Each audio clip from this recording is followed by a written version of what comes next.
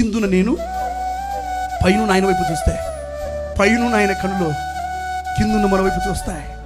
నేను చెప్పగలుగుతాను బిడ్డ.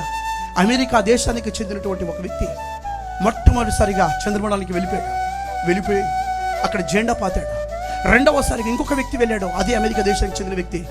చంద్రమండలంలోకి వెళ్ళి కారు నడిపాడు. కారు నడిపిన తర్వాత ఒక మీటింగ్కి ఆయన పిలిచినప్పుడు చాలా జనం ఉన్నారు. అక్కడ ఆయన్ను మాట్లాడమన్నప్పుడు విలేకరులు క్వశ్చన్ అడుగుతున్నారు, అయ్యా నువ్వు కింద నుంచి పైకి వెళ్ళి చంద్రమండలానికి వెళ్ళి నువ్వు కారు నడిపావు కదా, నువ్వు ఎంత సంతోషిస్తున్నావు, ఒకసారి సంతోషాన్ని వ్యక్తపరచమని చెబితే ఆయన అంటున్నాడు, అయ్యా కిందున్న నేను పైకి వెళ్ళడము కాదు, కిందున్నోడు ఎవడైనా పైకి వెళ్తాడు, కానీ ఆకాశ మహాకాశములు పరచాడు దేవుడు, సర్వశక్తి గల దేవుడు, భూత వర్తమాన భవిష్యత్తు కాలంలో ఉన్న దేవుడు. ఆయన ఏం చేస్తాడు తెలుసా?